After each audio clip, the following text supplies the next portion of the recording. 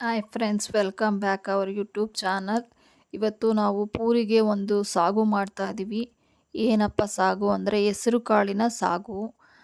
ಹೆಸರು ಕಾಳಿಗೆ ಯಾಕಪ್ಪ ಅಂದರೆ ಆರೋಗ್ಯಕ್ಕೆ ತುಂಬಾ ಒಳ್ಳೆಯದು, ತಂಪು. ಮತ್ತು ಮಕ್ಳಿಗೆಲ್ಲ ಕಾಳು ಕೊಟ್ಟರೆ ಹಂಗಂಗೆ ತಿನ್ನೋದಿಲ್ಲ. ಇದು ಮಾಡೋದ್ರಿಂದ ಬೇಯಿಸಿ ರಾತ್ರಿನೇ ನೆನೆಸಿಟ್ಟಿರಬೇಕು ಕಾಳನ್ನು. ರಾತ್ರಿನೇ ನೆನೆಸಿಟ್ಟಿದ್ದೀನಿ ಹೆಸರು ಕಾಳನ್ನು ನೆನೆಸಿ ಬೆಳಗ್ಗೆ ಮಾಡ್ತಾ ಇರೋದು ಇದು. ಮಸಾಲೆಗೆ ತೆಂಗಿನಕಾಯಿ, ಟೊಮೊಟೊ, ಶುಂಠಿ, ಬೆಳ್ಳುಳ್ಳಿ, ಈರುಳ್ಳಿ, ಟೊಮೊಟೊ, ಕೊತ್ತಂಬರಿ, ಪುದೀನ ಎಲ್ಲ ಹಾಕಿ ರುಬ್ಕೊತಿದ್ದೀನಿ.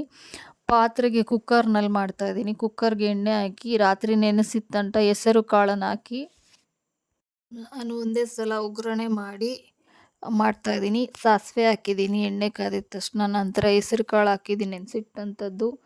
ನಂತರ ತರಕಾರಿ ನಿಮ್ಗೆ ಯಾವ್ದ್ಯಾವ್ದು ಇಷ್ಟನೋ ತರಕಾರಿ ಅದು ಹಾಕ್ಕೊಳ್ಳಿ. ನಾನು ಬದನೇಕಾಯಿ, ಕ್ಯಾರೆಟು ಹಾಕ್ಕೊಂಡಿದ್ದೀನಿ. ಹೆಸರು ಕಾಳಿಗೆ ಚೆನ್ನಾಗಿರುತ್ತೆ. ಆಲೂಗೆಡ್ಡೆ, ಕ್ಯಾರೆಟು ಎಲ್ಲ ಏನು ಬೇಕಾದ್ರೂ ತರಕಾರಿ ಹಾಕ್ಕೊಬೋದು. ಎಣ್ಣೆನಲ್ಲಿ ಒಂದು 5 ನಿಮಿಷ ಫ್ರೈ ಮಾಡಿ, ನಂತರ ಉಪ್ಪು ಹಾಕಿ, ರುಬ್ಬಿದಂಥ ಮಸಾಲೆ ಹಾಕಿ, ಖಾರ ಪುಡಿ, ಧನಿಯಾ ಪುಡಿ ಎಲ್ಲ ಹಾಕಿ ಒಂದು 5 ನಿಮಿಷ ಆದಮೇಲೆ ಸ್ವಲ್ಪ ನೀರು ಹಾಕಿ ಸ್ವಲ್ಪನೇ ನೀರು ಹಾಕಿ. ಕುಕ್ಕರಲ್ಲಿ ನೀರು ಬೇಗ ಖಾಲಿ ಆಗೋಲ್ಲ.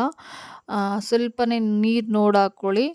ನೀರು ಹಾಕಿದ ನಂತರ ಒಂದು 2 ನಿಮಿಷ ತಿರುಗಿಸಿ ಕುಕ್ಕರ್ ಮುಚ್ಚಳ ಮುಚ್ಚಿ 2 ಕೂಗಿಸ್ಕೊತೀನಿ.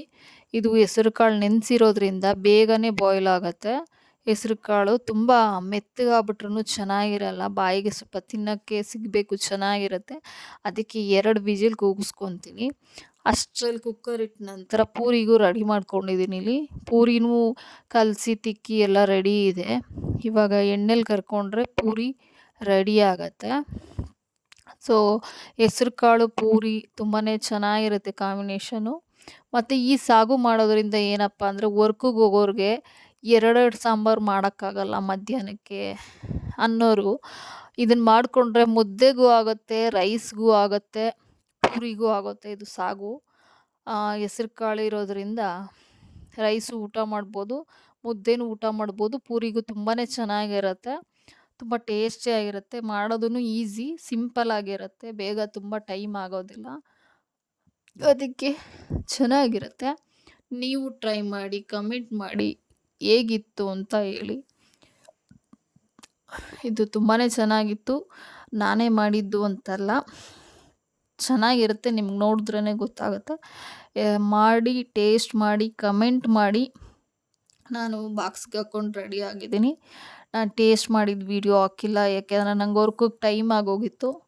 ನೋಡಿ ಇಷ್ಟು ಪೂರಿ, 3 ಪೂರಿ ಅಂದರೆ 6 ಪೂರಿ ಹಾಕ್ಕೊಂಡಿದ್ದೀನಿ ಬಾಕ್ಸಿಗೆ, ಬೆಳಗ್ಗೆ ತಿಂಡಿಗೆ ಮತ್ತು ಮಧ್ಯಾಹ್ನಕ್ಕೆ. ತುಂಬ ಚೆನ್ನಾಗಿರುತ್ತೆ. ಚಳಿಗಾಲ ಇವಾಗ ಬೇರೆ, ಸೂಪರಾಗಿರುತ್ತೆ. ನೀವು ಮಾಡಿ ಟ್ರೈ ಮಾಡಿ. Thank you for watching my video. Bye friends.